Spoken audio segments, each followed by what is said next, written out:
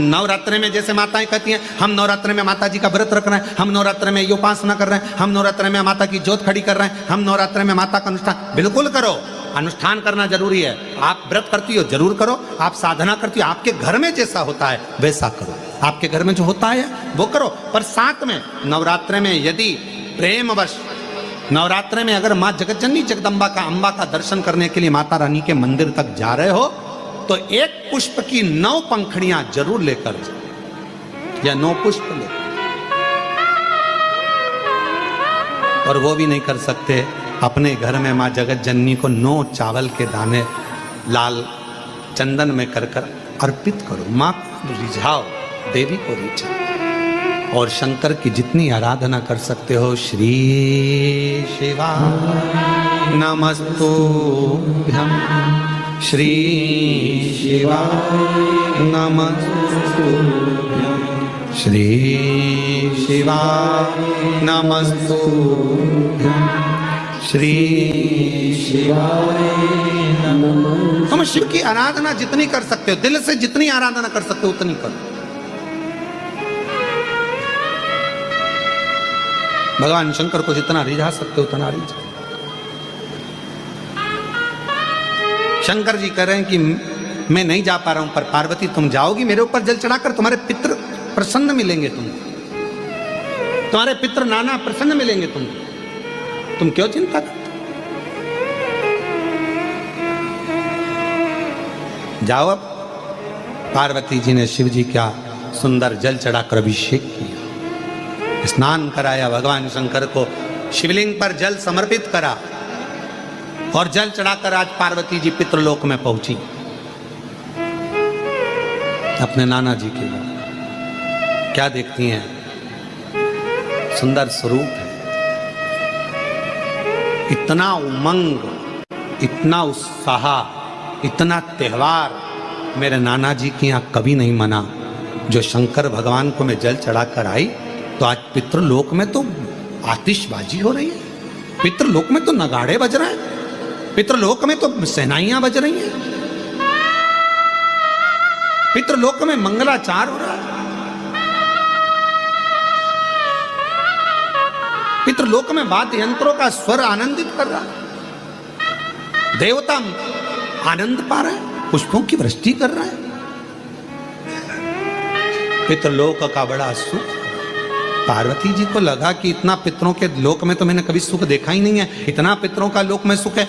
बात क्या है? पितृलोक में जैसे ही गई अपने नाना जी के पास में, पितरों के पास में जाकर उनकी गोदी में माँ पार्वती जी बैठकर पूछती हैं, नाना जी पहले आई पर पितृलोक में इतना सुख नहीं दिखा, पितृलोक में इतनी दुआ नहीं मिली, पितृलोक में इतना आशीर्वाद नहीं मिला, पितृलोक में इतना सुख नहीं मिला, ये आज कैसे प्राप्त हो रहा है?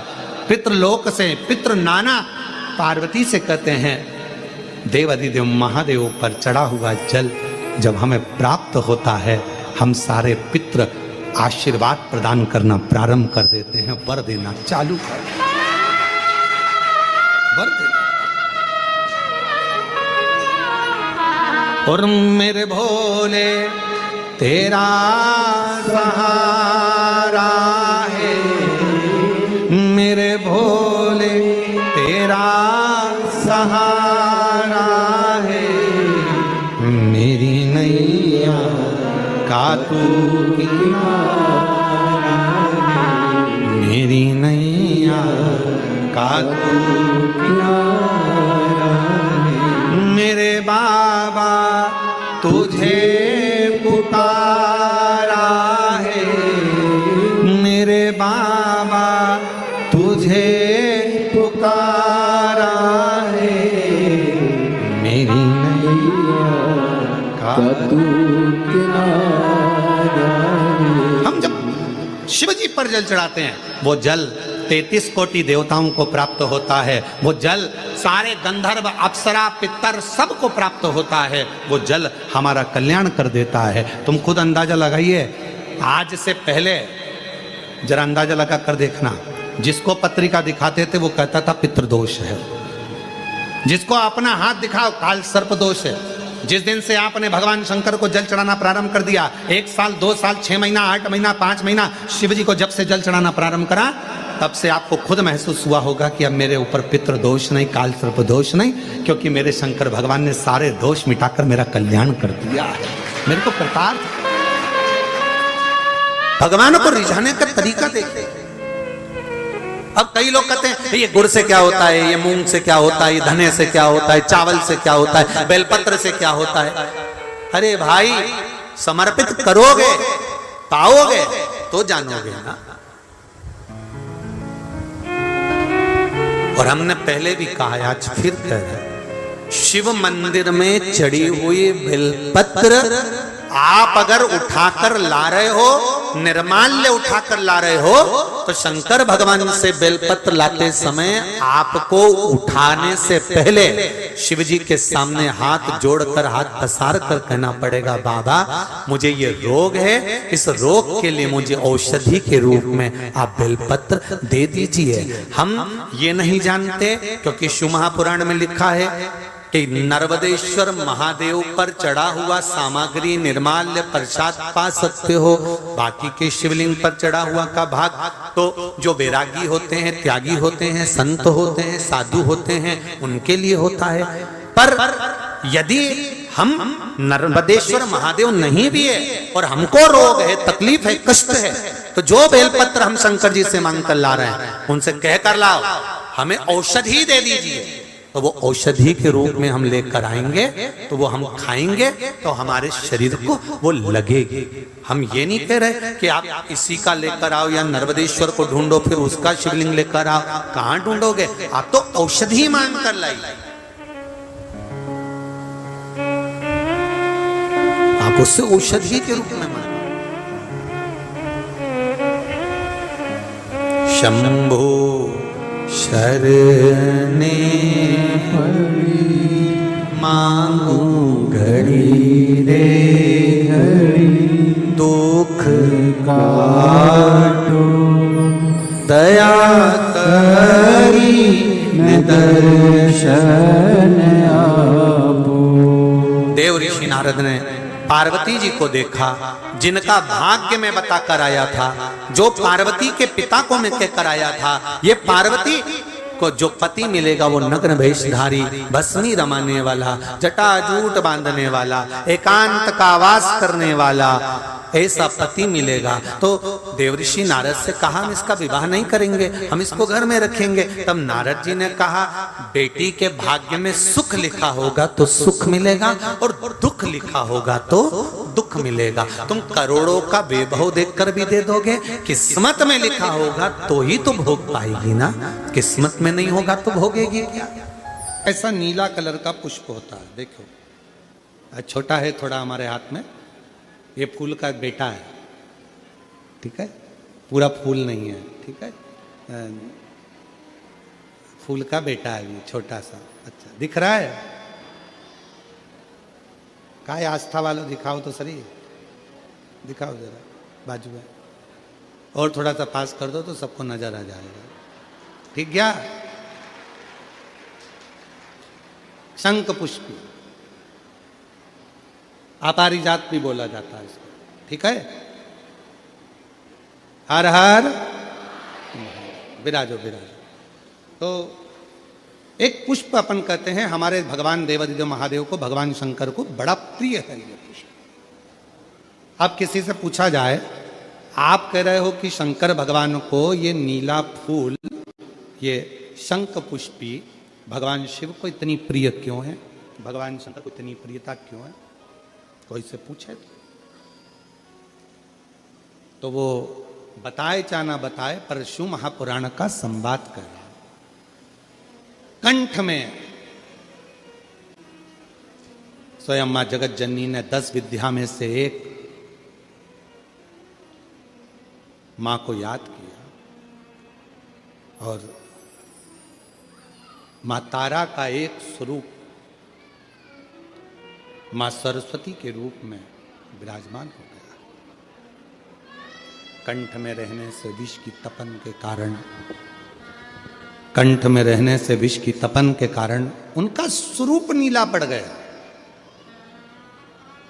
और जब उनका स्वरूप नीला पड़ गया तो भगवान देवादिदेव महादेव ने कहा, सुनो पार्वती, संसार के लोग, भूमंडल में रहने वाला यदि कोई भी मानव जिसकी विवेकता, बुद्धि, विचार, सोच, ज्ञान थोड़ा सा भी अगर उसमें कम है, तो वो नील सरस्वती का यदि आवाहन करे, माँ नील सरस्वती स्तोत्र का पाठ करे, माँ नील सरस्वती की स्मरण करे, तो उसकी विवेक, उसकी बुद्धि तीव्र होती है, श्रेष्ठ होती है। और सुनो पार्वती, यदि मान लो कोई नील सरस्वती का स्तोत्र का पाठ नहीं कर पाए, आराधना नहीं कर पाए, साधना नहीं कर पाए, स्मरण ना कर पाए, अगर कोई बच्चा एक शंख पुष्पी पुष्प को समर्पित कर कर जलाधारी पर और एक लोटा जल यदि वो समर्पित करता है और उस जल का आचमन कोई बच्चा नित्य प्रति करता है, तो वो बच्चा धीरे धीरे विद्वत्ता धारण करता ही जाता है। जो याद करता है वो भूलता नहीं। ये मां नील सरस्वती की कथा है। दो सरस्वती का दर्शन आपको और हमको होता है, दो सरस्वती का स्मरण आप और हम करते हैं। एक सरस्वती जो स्वयं श्वेत वस्त्र धारण करी है, हंस पर बैठी हैं और बड़े आनंद के साथ में माँ सरस्वती का सुंदर स्वरूप है। पर एक सरस्वती ऐसी हैं जो नीला उनका स्वरूप है और नील सरस्वती के रूप में उनकी पूजन होती है। माँ नील सरस्वती। महाराज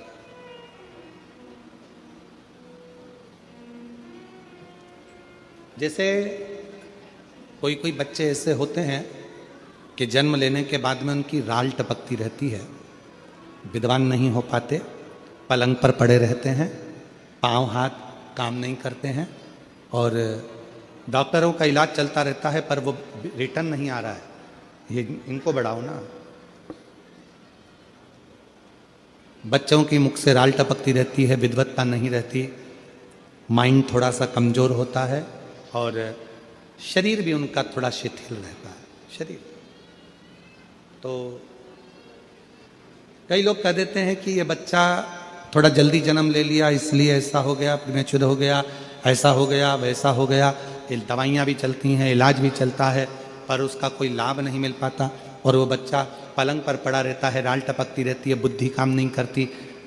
छोटे छोटे भले वो 20 साल का हो गया पर 8-10 साल के बच्चों जैसी उसमें विवेकता होती है, बुद्धि होती है। मेरा निवेदन है उन माताओं से, थोड़ी मेहनत आपको करना पड़ेगी उस बच्चे के लिए।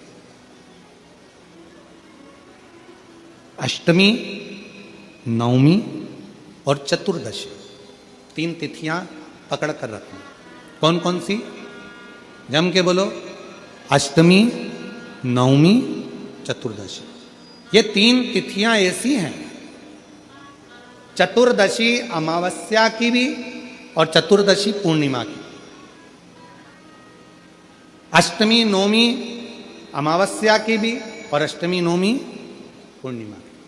ये वो तिथियां हैं जिन तिथियों में मां नील सरस्वती का स्तोत्र का पाठ कर कर एक शंख पुष्पी पुष्प, एक अपारिजात का पुष्प जलाधारी पर रखकर 7 बार अगर जल का पात्र से जल चढ़ाया जाए और उसी जल को कटोरी में झेल लिया जाए, उस जल को 3 दिन तक लगातार यदि सुबह दोपहर शाम रोज उस बच्चे को देना चालू करिए, उसके हाथ पैर भी काम करना प्रारंभ करेंगे, उसकी बुद्धि भी काम करना प्रारंभ करेगी। जो वो पलंग पर पड़े पड़े राल टपकाता रहता है, उसको लोग कहते हैं कि 18 साल का हो गया और दिमाग केवल 10 साल का है, 5 साल का है, उसमें धीरे धीरे बुद्धि प्रबल होना प्रारंभ हो जाएगी और वो भी एक दिन कार्य करना प्रारंभ कर, जिसको प्रीमेच्योर बच्चे भी कहते हैं। लोग कहते हैं ये बच्चा जल्दी हो गया था, ये बच्चा बीमार पड़ गया था, बचपन में इसको कोई इंजेक्शन ऐसा लग गया था, बचपन में ऐसा हो गया था, बचपन में वैसा हो गया था, गर्भाशय का जल उसके मुख में चले गया था, तो ये बच्चे की ऐसी गति हो रही है। उस बच्चे के लिए अगर आपके आसपास के क्षेत्र में भी कोई बच्चा ऐसा है तो उसको मां नील सरस्वती का स्मरण जरूर कराएं। और अगर आप लोगों के पास में मां नील सरस्वती का स्तोत्र का पाठ ना मिले तो प्रयास करिएगा, मोबाइल पर सर्च कर कर माँ नील सरस्वती का स्त्रोत भी निकाल सकते हो। बाजार में से गीता प्रेस गोरखपुर की किताब में भी ला सकते हो, पढ़ भी सकते हो, घर में उसका स्त्रोत का पाठ भी कर सकते हो। माँ नील सरस्वती स्त्रोत का स्मरण और बड़े भाव के साथ करें स्मरण। और कोई कोई माताएं कर देती हैं, कोई बच्चा कर देता है, मम्मी मुझे याद नहीं होता, याद करता हूं परीक्षा हॉल में जाकर भूल जाता हूं, मैं कुछ पढ़ता हूं बाद में जाके भूल जाता हूं, स्मरण में नहीं रहता। तो उनसे भी निवेदन है, आप माँ नील पाठ नहीं पढ़ सकते, स्तोत्र नहीं कर सकते, संस्कृत में नहीं पढ़ सकते, तो माँ नील सरस्वती के नाम से अष्टमी, नवमी और चतुर्दशी के दिन एक शंख पुष्पी पुष्प को, नीला कलर का जो फूल होता है बेल में लगा होता है, जो शिव जी को अति प्रिय होता है, उस पुष्प को आप जलाधारी पर रख दीजिए। जलाधारी जानते हो ना सब लोग, शिवलिंग पर नहीं, जलाधारी पर रख दीजिए और जल चढ़ाना 7 बार प्रारंभ करिए। बाबा देव अधिदेव महादेव आपको याददाश्ता में प्रवर करेगा। परीक्षा हॉल में जितना तुम याद कर कर गए हो, अच्छी मेहनत कर कर गए हो, तो भूलोगे नहीं, तुम्हारी बुद्धि तीव्र होती चली जाएगी, प्रबल होती चली।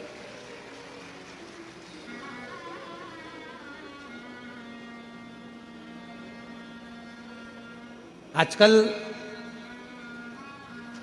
आयुर्वेद में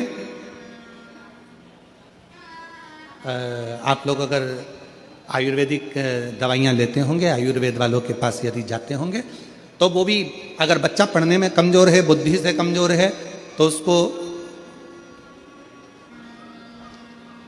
शंख पुष्पी की चाय पीने का भी कहते हैं। बाजार में आती होगी शायद, है? भैया कह रहे हैं कि बाजार में वो चाय भी मिलती है, नीली चाय। महाराज याददाश्ता के लिए, उसको प्रबर करने के लिए लोग शिव कथा कर रही है। कौन सी सरस्वती? जम के बोलो, जम के जरा, पूरा तो नाम बोलो, माँ नील सरस्वती। तुमने डायरेक्ट कह दिया नील सरस्वती। माँ कौन लगाएगा? माँ है ना अपनी, तो उसका संबोधन पूरा होना चाहिए। कौन सी सरस्वती?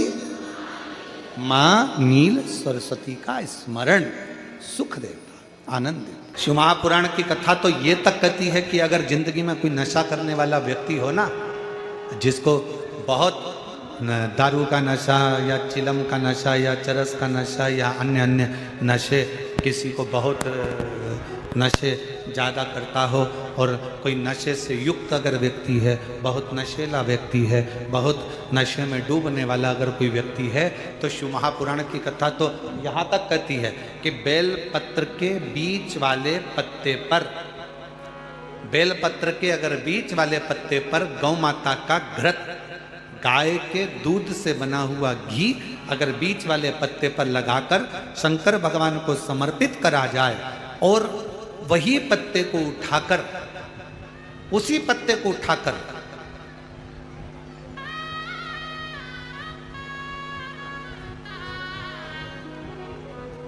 भगवान शिव जी का प्रतिवशेश्वर नाम लेकर, अगर वही पत्ता उठाकर कोई बहुत नशे में धुत अगर व्यक्ति रहता है, और उस व्यक्ति को प्रत्येक सोमवार को एक पत्ता गाय के घी का बीच वाली पत्ती पर लगाकर शिव को चढ़ाकर प्रतिवशेश्वर नाम भगवान का धारण कराकर उस पत्ते को वापस लाकर नशा करने वाले व्यक्ति को अगर ज़्यादा से ज़्यादा 11 सोमवार भी अगर वो पत्ता खिला दिया, तो वो धीरे धीरे नशे से दूर होता चले जाता और उसका नशा छूटते चले जाता।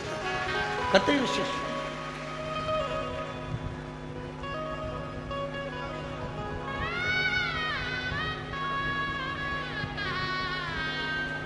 केवल एक सोमवार को चढ़ाया गया गाय के घी से बीच वाली पत्ती पर लगा हुआ एक पत्ता,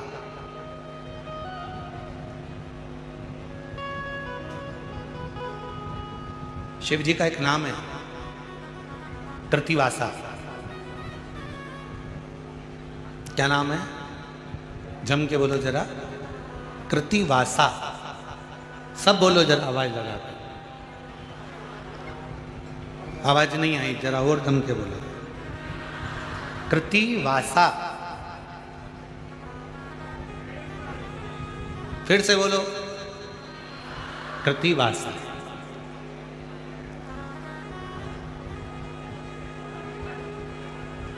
कब पड़ गया था भगवान शंकर का ये नाम?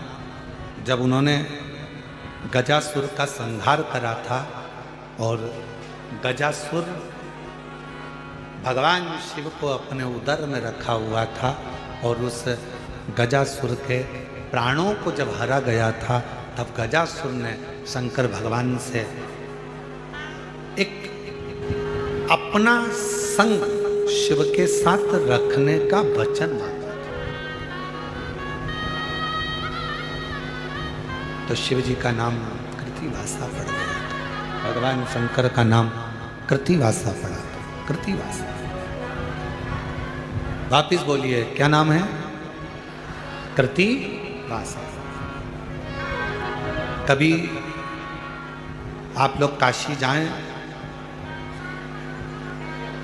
तो विश्वनाथ मंदिर और महामृत्युंजय मंदिर, विश्वनाथ मंदिर और महामृत्युंजय मंदिर के बीच में कृतिवासेश्वर महादेव का मंदिर है। विश्वनाथ मंदिर और महामृत्युंजय मंदिर के बीच में कृतिवासेश्वर महादेव का मंदिर है, कृतिवासेश्वर। और हमारा निवेदन है, विश्वनाथ जी का जल गंगा जी का जो भलकर विश्वनाथ जी को चढ़ाते हो, और वो जल जहां बहकर आता है उसका थोड़ा सा भाग कोई ब्राह्मण देवता से कहकर विश्वनाथ जी का जल थोड़ा सा ले लीजिए और महामृत्युंजय मंदिर में जाइए और महामृत्युंजय मंदिर में चढ़ाया हुआ जल थोड़ा सा वहां का ले लीजिए और कृतिवासेश्वर मंदिर में पहुंचिए। दोनों मंदिर के बीच में कृतिवासेश्वर मंदिर है, वहां पहुंचकर वहां का थोड़ा सा जल ले लीजिए। जो दिन रात नशे में अगर डूबा भी रहता है और उसके पूरे घर के लोगों ने उसको नशा मुक्ति केंद्र छोड़ दिया, दवाइयाँ दे दी, उसके बाद भी उसका नशा अगर नहीं छूट रहा है तो पहले विश्वनाथ जी का जल, महामृत्युंजय बाबा के मंदिर का जल, फिर कृतिवासेश्वर महादेव का जल लेकर उसको तीनों जगह का जल एक डब्बी में भरकर उस व्यक्ति को थोड़ा थोड़ा 7 दिन तक कृतिवासेश्वर महादेव का नाम लेकर पिलाना चालू करो। उसको धीरे धीरे नशे से दूरी हटना प्रारंभ हो जाएगी, वो नशा करेगा ही नहीं, नशा करेगा ही नहीं। इतना प्रबल नाम है कृतिवासेश्वर महादेव। 5 स्थान पर लगाया गया चंदन व्यक्ति को बाधाओं से बचा लेता है, विपदाओं से बचा लेता है। जैसे पंचदेव का पूजन, शिव पंचायत का पूजन बाधाओं से बचा लेता है, विपदाओं से बचा लेता है। कई कई मंदिर ऐसे होते हैं जहाँ पर शिव पंचायत नहीं होती है, कई कई मंदिर ऐसे होते हैं जहाँ पर शिव पंचायत के देवता नहीं होते हैं। शिव पंचायत में सूर्य देव, भगवान नारायण, माँ जगत जननी, भगवान देवाधिदेव महादेव, स्वयं भगवान श्री गणेश जी महाराज, ये 5 देव शिव पंचायत के मूल देवता माने। पर कई मंदिर ऐसे हैं जहां पर शिव पंचायत में सूर्य देवता का मंदिर में मूर्ति नहीं है, या भगवान विष्णु की मूर्ति नहीं है, शंकर जी की मूर्ति के, तो यहाँ शिव पंचायतन का पूजन का स्मरण करते हुए वर्णन किया गया लिंग पुराण के अंदर कि शिवलिंग में 5 जगह ऐसी होती है जहां पर अगर चंदन का लेपन कर दिया जाता है तो विपदा, बांधा, तकलीफें, कष्ट दूर होता चले जाता। 5 स्थान बताए, उसको समझिए।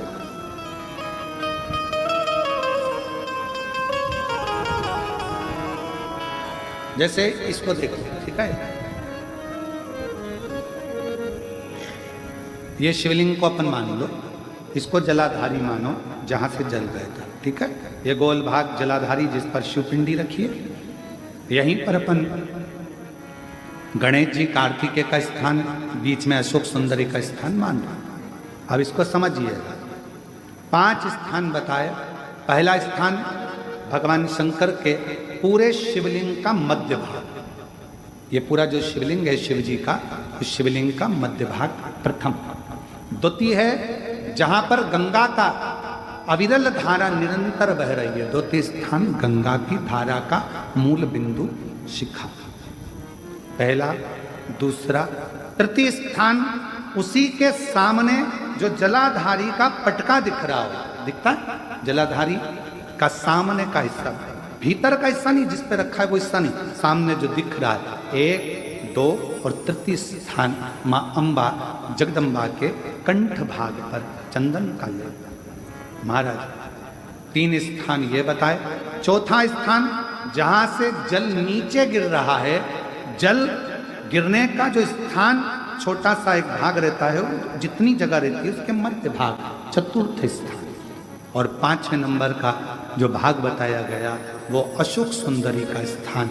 ये 5 स्थान ऐसे हैं जहां चंदन का थोड़ी सी बिंदी भी अगर हम लगा देते हैं तो कैसी भी विषम परिस्थिति हो वो टल जाती है और बाबा की कृपा होना प्रारंभ। पंचदेव,